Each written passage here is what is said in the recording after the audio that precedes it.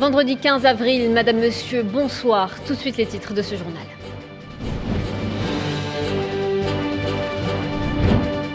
En Palestine, 153 personnes blessées et plus de 300 autres arrêtées dans des affrontements sur l'esplanade de la mosquée Al-Aqsa ce vendredi. Les forces sionistes ont pris d'assaut l'enceinte même du lieu sacré. L'Algérie condamne cette agression.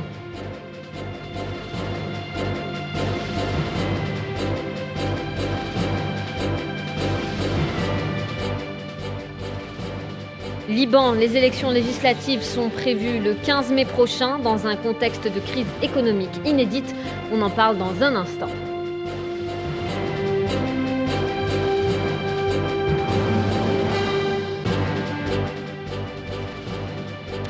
En Europe, la Suède et la Finlande envisagent d'intégrer l'OTAN. Moscou brandit la menace nucléaire et le renforcement de ses moyens militaires en mer Baltique et près de la Scandinavie.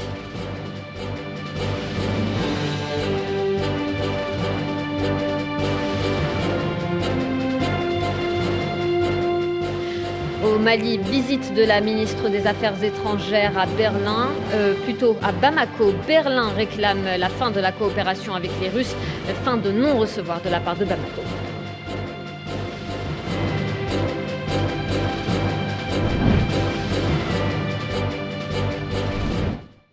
153 blessés et plus de 300 personnes arrêtées. C'est le bilan des affrontements qui ont eu lieu sur l'esplanade de la mosquée Al-Aqsa ce vendredi. Les forces sionistes ont pris d'assaut aux premières heures du jour l'enceinte même de la mosquée, surprenant les fidèles en pleine prière. Ils ont fait usage de balles en caoutchouc, de grenades assourdissantes et de gaz lacrymogènes. Souhila Akilal. Encore une journée sanglante en Palestine. Dès les premières heures de ce deuxième vendredi du Ramadan, des dizaines d'unités de la police de l'occupation sioniste ont pris d'assaut la mosquée Al-Aqsa et ont attaqué les milliers de fidèles musulmans en pleine prière, faisant souffler un vent de panique parmi les personnes âgées, les femmes et les enfants présents au nombre. Selon le bilan du Croissant Rouge palestinien, plus de 150 personnes ont été blessées, certaines dans un état grave, ciblées par des tirs de balles en caoutchouc, grenades assourdissantes et gaz lacrymogène. Même les ambulanciers et les journalistes n'ont pas été épargnés par ces attaques. Cette violence sans nom a mené à de violents heurts sur l'esplanade de la mosquée entre les jeunes palestiniens et les forces sionistes. 400 personnes ont été arrêtées selon le collectif des prisonniers palestiniens. Toujours selon la même source, plus de 200 Palestiniens ont été arrêtés par les forces de l'occupation sioniste depuis le début du mois d'avril. L'entité sioniste réduit le nombre de fidèles de Cisjordanie occupée qui cherchent à se rendre à la mosquée Al-Aqsa en limitant l'accès à Al-Quds occupé uniquement aux femmes et aux hommes de plus de 50 ans. Une attaque que condamne le directeur de la mosquée Al-Aqsa. Il condamne également la barbarie de l'occupation et affirme que ce troisième lieu saint de l'islam est une ligne rouge à ne pas franchir. On écoute. Aujourd'hui, il y a eu une irruption dans la mosquée Al-Aqsa pour la deuxième fois. La première durant la prière de l'aube et la deuxième où des femmes et des hommes ont été opprimés, ainsi que toutes les personnes qui se trouvaient dans la cour de la mosquée. La deuxième attaque s'est produite à 8h30. L'assaut s'est fait à l'intérieur de la mosquée Al-Aqsa, le Masjid Qibli. Plus de 80 jeunes présents à l'intérieur de la sainte mosquée ont été déplacés. Cette répression et cette barbarie est commise par l'occupation pour réprimer notre peuple et vider la mosquée Al-Aqsa. L'occupation sait que la mosquée Al-Aqsa est une ligne rouge à ne pas franchir. Pour cette mosquée, nous sacrifions nos cœurs et notre sang et nous condamnons au nom de notre peuple et de toutes les personnes présentes à la mosquée. Pour en parler, nous recevons via Skype Monsieur Zied Meddour. Bonsoir Monsieur. Bonsoir. Vous êtes professeur universitaire, chercheur, poète et écrivain palestinien. Vous êtes en direct avec nous depuis Raza. Un mois de jeûne, de prière et de recueillement pour les musulmans dans le monde, dont les musulmans palestiniens. Monsieur Meddour, les exactions du colon sioniste n'ont désormais plus de limites. 3 Palestiniens tués hier jeudi et un adolescent de 17 ans aujourd'hui selon le département de la santé.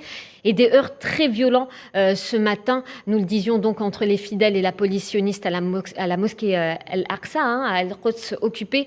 On parle de plus de 300 arrestations. Et quelle lecture faites-vous de la situation actuelle, Monsieur Meddour? D'abord, c'est une nouvelle provocation de la part de cet état d'apartheid contre les Palestiniens. Donc, les Israéliens, ils n'ont pas besoin d'un mois sacré, en l'occurrence d'un mois de Ramadan, pour attaquer. Toute l'année, il y a des attaques, il y a des mesures atroces, il y a un blocus contre Gaza, il y a des violations de droit international dans les territoires palestiniens. Je pense qu'il y a trois objectifs de cette nouvelle attaque sanglante de la part des colons et des soldats israéliens contre les fidèles aujourd'hui sur l'esplanade de la mosquée Al-Aqsa à Jérusalem. D'abord, c'est provoquer les Palestiniens qui continuent leur résistance, qui continuent de mener une vie normale dans les territoires palestiniens en début de toutes les difficultés, toutes les mesures atroces de l'occupation. Deuxième chose, essayer un peu de sortir de la crise politique donc grave dans le Knesset où il y a beaucoup de députés qui se sont retirés.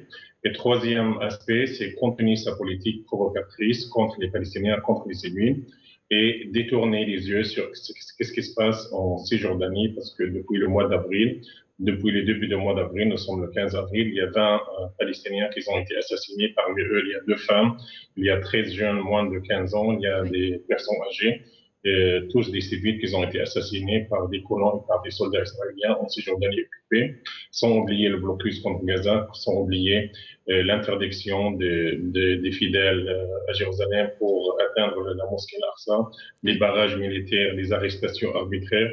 Donc cette nouvelle attaque barbare, cette nouvelle attaque sanglante de la part des soldats israéliens vise à montrer que la main israélienne c'est très fort. Il s'ajoute à tout cela donc normalisation de quelques régimes arabes et silence complice d'une communauté internationale qui ne bouge pas pour dénoncer l'atroce Monsieur Meddour, la mosquée Al-Aqsa a sa symbolique, comme tout le monde le sait, pour les musulmans de Palestine et pour le monde entier. Le directeur de la mosquée, justement, l'avait déclaré à plusieurs reprises. La mosquée est une ligne rouge à ne pas franchir. Cependant, on voit le colon sioniste continuer de provoquer chaque vendredi les fidèles, monsieur. Bien sûr, donc, comme je veux dire, c'est l'impunité totale dont bénéficie cette entité sioniste, parce que les Israéliens ils bénéficiaient de 4 aspects très importants. D'abord, l'impunité totale dont ils bénéficiaient. Deuxième chose, la division interpalestinienne. Troisième chose, la normalisation de quelques régimes arabes avec l'entité sioniste. Et quatrième chose, donc le silence complice de ce monde officiel complice qui est très occupé ailleurs avec la crise entre la Russie et l'Ukraine et ils s'en fichent sur qu'est-ce qui se passe dans les territoires palestiniens. Dans les territoires palestiniens, il y a des crimes, il y a des massacres, il y a des génocides donc commis par l'armée de l'occupation contre les civils. Or, le monde entier et le monde officiel ne bouge pas pour dénoncer ça. Je pense que, comme il a dit le directeur de la mosquée Al-Aqsa, la mosquée Al-Aqsa, c'est une ligne rouge, donc c'est un lieu saint, c'est le 3e lieu saint de l'islam, et donc n'importe quelle provocation. Heureusement que ces heurts, ils ont terminé, c'est vrai, il y avait beaucoup de blessés, plus de 400 blessés dans si grave, il y a 400 arrêtés, 200 qui ont été libérés, ils ont libéré cet après-midi les moins de 16 ans, mais il y a toujours 20 Palestiniens qui sont toujours arrêtés dans des prisons c'est difficile, mais on va attendre cette semaine sur qu'est-ce qui se passe, qu'est-ce qui va se passer en Cisjordanie. Justement. Surtout, on va voir la réaction des factions de Gaza par rapport est-ce qu'il y aura d'autres heurts, est-ce qu'il y a d'autres violations israéliennes ou non. Et justement, est-ce qu'on peut craindre un embrasement après ces affrontements, surtout que le Hamas promet de répondre? Écoutez, tout est possible parce que l'objectif, parmi les objectifs israéliens, c'est provoquer des factions. Sachez, pour rappel, que l'année dernière, entre le 10 et le 21 mai, lors de l'offensive, la seule raison de l'offensive israélienne et de la réaction de la résistance, c'est la provocation et les attaques israéliennes contre la ville sainte de Jérusalem. Oui. Donc, jusqu'à maintenant, les factions, ils tiennent une retenue, donc ils n'ont pas riposté, mais il faut attendre les jours qui viennent pour voir est-ce que ces violations et ces attaques et ces heurts israéliens vont se poursuivre ou non. Donc, sans oublier qu'il y a des crimes israéliens commis contre les jeunes en Cisjordanie, notamment à Jénine, avec des incursions contre les villes à Nablus, à Jénine et à Ramallah. Donc, on doit attendre les jours qui viennent. Pour le moment, la situation est se calme. Il y a une accalmie relative à Jérusalem. Dans 20 minutes, il y a la prière de Tarawih et de l'Aïcha à Jérusalem. On va voir est-ce qu'il y aura des réactions israéliennes. Après, on va voir comment les factions de Gaza ils vont réagir. D'ailleurs, l'autorité palestinienne a dénoncé le monde arabe a dénoncé, l'Algérie, donc un pays très ami et très solidaire, a dénoncé. Oui, On espère qu'il y aura davantage de concret, qu'il y a des sanctions immédiates contre cet état d'apartheid. Merci, Monsieur Ziad Meddour. Vous étiez en direct avec nous depuis Gaza. Je le rappelle, vous êtes professeur universitaire, chercheur, poète et écrivain palestinien. Et suite à cette lâche agression, l'Algérie, par le biais de son ministère des Affaires étrangères, a fermement condamné cet après-midi cet énième dérapage qu'ont subi les fidèles palestiniens alors qu'ils se rendaient à la prière du vendredi à la mosquée d'El Aqsa dans le Quds occupé, ce qui est considéré comme une grave violation. L'Algérie, qui a d'ailleurs appelé la communauté internationale et le Conseil de sécurité de l'ONU à se pencher sur les exactions du colon sioniste en territoire palestinien. Un autre acte de terrorisme d'État a été perpétré dimanche par l'occupant marocain sur le territoire du Sahara occidental. La Mauritanie a déclaré que 2 de ses ressortissants étaient morts. Cette dérive meurtrière fait entrer la région dans une zone de grande turbulence. Sofiane Baroudi. La dernière dérive criminelle perpétrée par l'armée d'occupation marocaine menace la stabilité régionale. Cet acte de terrorisme d'État, qui est tout à la fois un ciblage de l'activité marchande et un assassinat de civils, ainsi qu'une entrave à la liberté du commerce. Pour rappel, le 1er novembre, 3 ressortissants algériens, des routiers, ont été lâchement assassinés par les forces d'occupation marocaines. D'autres raids ciblant des civils ont été menés dans la zone frontalière entre le Sahara occidental et la Mauritanie. La Mauritanie a indiqué que si son territoire n'a pas été touché, 2 de ses ressortissants étaient morts. L'objectif est clairement d'entraver le projet d'intégration économique entre l'Algérie et la Mauritanie, qui ont récemment signé plusieurs accords commerciaux et ont inauguré une commission frontalière bilatérale pour optimiser les échanges entre les 2 pays. Pour rappel, la guerre au Sahara occidental a repris depuis la violation du cessez-le-feu par le royaume Al-Galgalat, brèche illégale servant justement à faire transiter les marchandises et les trafics marocains vers la Mauritanie et l'Afrique de l'Ouest, zone CEDEAO plus généralement. L'Algérie a condamné avec force le terrorisme d'État commandité avec des armes de guerre contre les ressortissants de 3 pays de la région. Ces pratiques d'hostilité manifestes ont l'allure d'exécution extrajudiciaire, assène le ministère des Affaires étrangères algérien. La fuite en avant du régime d'occupation marocain représente un pied de nez à la légalité internationale et met la région sous haute tension. Les alliances belliqueuses tissées par la monarchie marocaine et la politique expansionniste criminelle risque de transposer le nord de l'Afrique et le sud de l'Europe dans une conjoncture de conflits de haute intensité. Et c'est au Mali que la ministre des Affaires étrangères allemande s'est rendue pour une visite où elle a rencontré les autorités maliennes. Et au menu des discussions, la sécurité au Sahel ainsi que la coopération supposée du Mali avec des groupes russes. Bamako a affirmé que le conflit en Ukraine ne faisait pas partie des premières préoccupations du Mali. Les détails avec Safouane Ben Sabri. La chef de la diplomatie allemande s'est rendue ce vendredi au Mali pour y rencontrer son homologue malien ainsi que le chef d'État du pays. À la table des matières, la coopération entre le Mali et l'Union européenne, notamment concernant la sécurité dans la région du Sahel, mais aussi l'aversion avérée du camp européen pour la coopération russo-malienne. Comme je l'ai déjà dit très clairement, en ce qui concerne la mission de la formation de l'armée malienne par l'Union européenne, nous ne pouvons poursuivre la coopération sans démarcation avec les forces russes. Ce n'est pas le cas actuellement et c'est pourquoi nous ne pouvons pas poursuivre la mission dans ces conditions ici au Mali. L'Europe, avec la France en tête, critique le Mali pour une présence supposée du groupe Wagner que le Mali ne cesse pourtant de nier. Je tiens à préciser que le Mali n'abrite pas de société de sécurité privée comme cela est allégué ici et là. Le Mali a une coopération d'État à État avec la Russie, qui est une coopération de long terme. Dans un contexte international où l'heure est à la polarisation et à l'antagonisme ou non envers la Russie, l'Europe et le camp occidental multiplient les efforts pour rallier à leur cause les pays tierces. Ces derniers éprouvent parfois une réticence à s'aligner sur le pôle occidental. Le Mali n'est pas impliqué par rapport à ce qui se passe. Nous sommes concernés, naturellement. Nous comprenons les préoccupations de l'Europe, de l'Allemagne par rapport à ce qui se passe là-bas. Le Mali fait ses choix en fonction de ses préoccupations également, comme l'Allemagne fait des choix en fonction de sa préoccupation. Les efforts diplomatiques européens semblent vains, notamment dans plusieurs pays africains où l'expérience de la collaboration avec l'Occident s'est parfois avérée désavantageuse. Pour en parler davantage, Monsieur Mahaman Cissé, journaliste expert politique malien, nous rejoint par téléphone. Bonsoir, Monsieur Cissé. Bonsoir, madame. La ministre allemande des Affaires étrangères a donc appelé le gouvernement de transition à cesser toute collaboration et coopération avec les forces russes. Monsieur Cissé, quel est le but de la visite d'Annalena Baerbock au Mali finalement? Ah oui, finalement, on peut dire que la visite n'a pas permis de faire bouger le monde, puisque vous l'avez rappelé, les deux parties, la partie allemande et la partie malienne, restaient chacun sur sa position.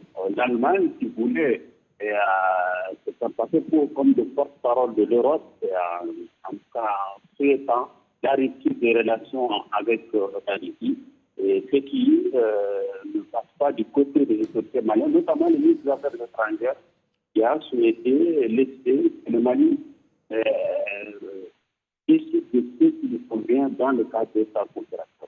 Donc, on peut dire que finalement, la visite n'a pas servi à grand-chose, parce que déjà, des élections ont été prises, notamment le départ des forces de l'EISR.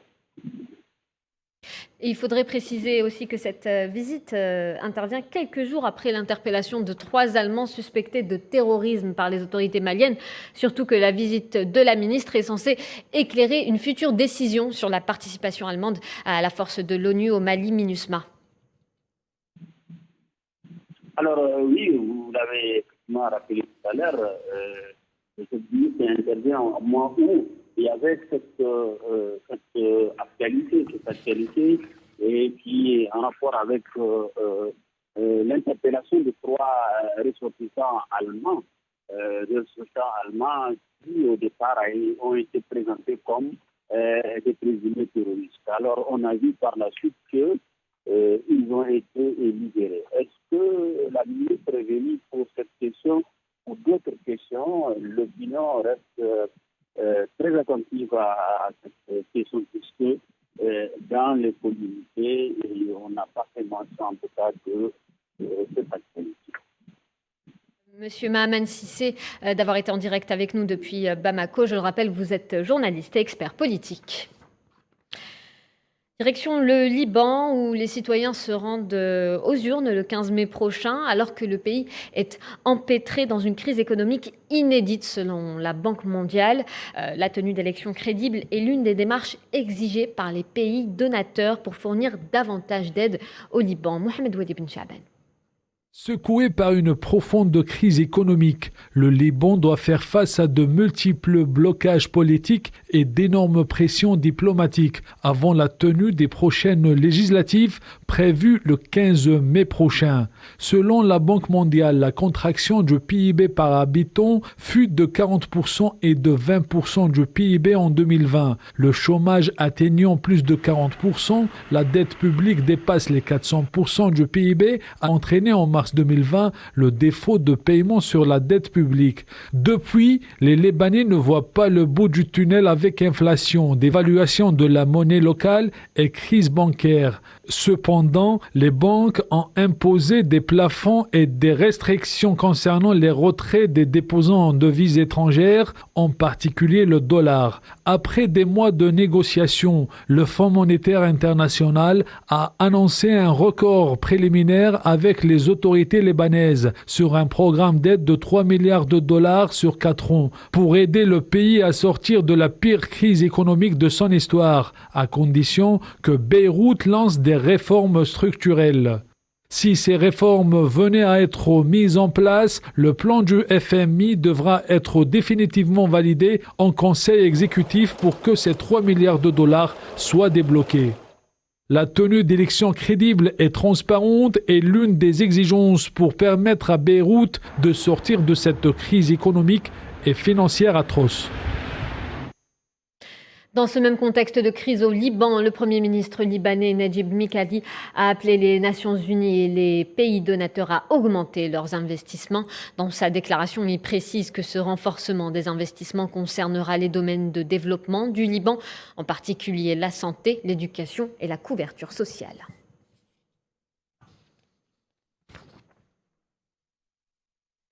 Et dans l'actualité en Europe, va-t-on vers une adhésion de la Suède et de la Finlande à l'OTAN ?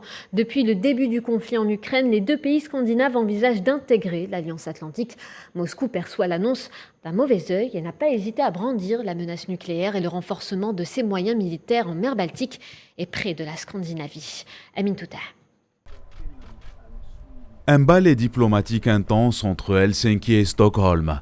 Les deux pays scandinaves envisagent une adhésion à l'Organisation Atlantique OTAN. Une volonté exprimée lors de la dernière rencontre des deux premières ministres suédoises et finlandaises. Je ne donne pas de calendrier pour notre prise de décision, mais je pense que cela se fera assez rapidement, en quelques semaines et non en quelques mois.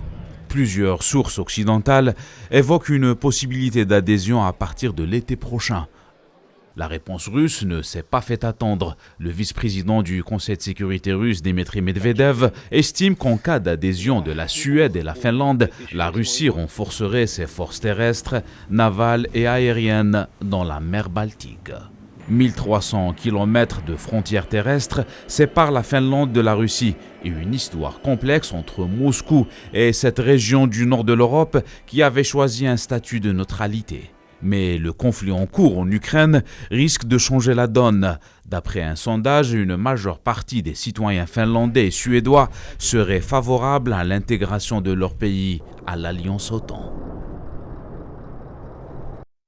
Et on va s'intéresser au réseau social Twitter à présent. Le milliardaire Elon Musk, déjà principal actionnaire de l'entreprise, veut désormais s'emparer de son intégralité et la retirer de Wall Street. Il précise que cette acquisition est à but non lucratif. L'idée première affichée est d'en faire, je cite, la plateforme de la liberté d'expression dans le monde. Fin de citation. Imen Merad. Elon Musk, le patron de SpaceX et de Tesla, a suscité des inquiétudes parmi les investisseurs du géant constructeur de voitures électriques qui pourraient souffrir alors que le directeur général serait distrait par son jeu de prise de contrôle et les ventes possibles d'actions Tesla pour financer le dit accord. En effet, l'homme le plus riche du monde, Elon Musk, émet le souhait de s'offrir l'un des plus populaires réseaux sociaux du monde en jetant son dévolu sur Twitter, dont il est lui-même fervent utilisateur avec près de 82 millions d'abonnés à son compte. Le multimilliardaire propose de racheter Twitter dans son intégralité et de le sortir de Wall Street. Selon une notification adressée aux autorités boursières américaines, il se dit prêt à débourser 54,2 $ par action Twitter, soit une prime de 38% par rapport à la veille de l'annonce publique de son investissement dans la plateforme.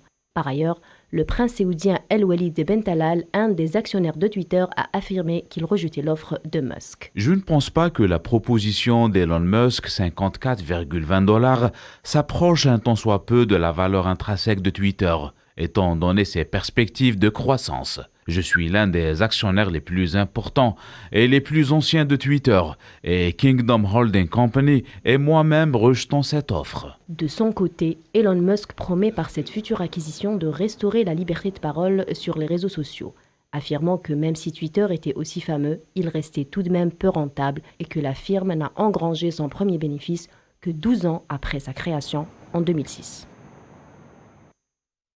En sport, Europa League nous a réservé bon nombre de surprises lors de ces quarts de finale. Ils étaient 20 000 Allemands à pouvoir supporter le Francfort face au Barça, au Camp Nou. L'Atalanta est tombé face à Leipzig. Salah Faisal revient justement sur ces qualifications des clubs du dernier carré. Europa League, les retours des quarts de finale. Le Barça de Xavi Hernandez a chuté hier face aux Allemands de Francfort. Après le résultat positif au match aller, un but partout, le Barça n'a pas su gérer au Nou Camp. Une première mi-temps catastrophique sans Gérard Piqué. La défense catalane a encaissé 2 buts à la première période. Kostic sur un penalty à la 4e minute et Boré à la 36e. De retour des vestiaires, c'est Francfort qui élargit le score 3-0 et un doublé pour Kostic, total 4-1. Le Barça de Xavi réagit tardivement. Au temps additionnel, un but de Busquets et le deuxième par Depay. Ce n'est pas suffisant, c'est Francfort qui prend le billet des demi-finales. En France, l'Olympique lyonnais était humilié à domicile par les Hammers de West Ham. Une grosse déception des Lyonnais qui ont perdu sur le score de 3-0. Les buts de West Ham étaient marqués par Dawson à la 38e minute, Rhys à la 44e et Bowen à la 48e minute. Les coéquipiers de Saïd Barahma sont en demi-finale. Troisième billet des demi-finales était joué entre le club de l'Écosse, le Rangers, et le Braga du Portugal. Les Portugais vainqueurs au match aller sur le score d'1-0 n'ont pas su garder leur avantage. Les protégés du ex-Barcelonais Giovanni Van Bronckhorst ont arraché la qualification en prolongation après score de 2-1 dans les 90 minutes. C'est le but de Rafael à la 101 qui plie le match, 3-1 score du match, 3-2 au total. Le club allemand Leipzig a réalisé l'exploit, une belle qualification en battant l'Atalanta en Italie sur le score de 2-0 grâce à un doublé de Nkunku. 3-1 au total, l'Atalanta quitte la compétition. Le programme des demi-finales, Rangers face à Leipzig et West Ham affronte Francfort. Et on va parler culture avant de se quitter. Amira Bedia nous propose un petit voyage pour découvrir l'actualité des manifestations culturelles en Europe, de Londres à Vienne, en passant par Paris. On regarde. C'est par la ville de Vienne qu'on commence notre voyage culturel. L'exposition Enjoy fait une rétrospective des 20 ans du MUMOC, le musée d'art moderne de la capitale autrichienne, et à la fois une enquête sur le passé et un aperçu de l'avenir du musée. On y découvre une collection de dons, mais aussi des achats réalisés par le musée. Du modernisme classique à l'art contemporain, l'exposition durera jusqu'au 12 juin de cette année. Au Buckingham Palace, dans la galerie de la Reine à Londres, Cult and Culture Expo met en avant les merveilles de l'art et du design japonais. L'exposition comprend des pièces rares. On y retrouve de la porcelaine, des armures de samouraï ou encore des paravents brodés. Les pièces exposées nous racontent la relation entre la famille royale britannique et la famille impériale japonaise.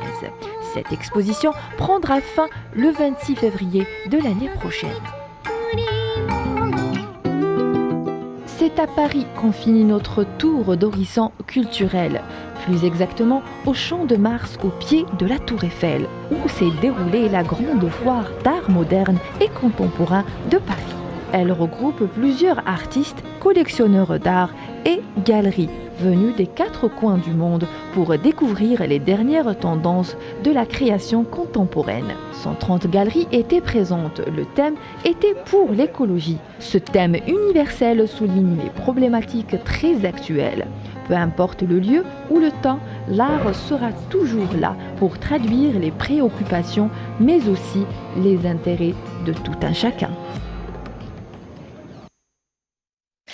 Voilà, c'est la fin de ce journal. Merci de votre attention. Tout de suite, un point météo avec Amel Amzienne Zitouni. Quant à moi, je vous retrouve demain à 17h pour une édition spéciale Algérie et élection présidentielle en France. D'ici là, passez une excellente soirée sur Al 24 News et Sahaf Tolkom.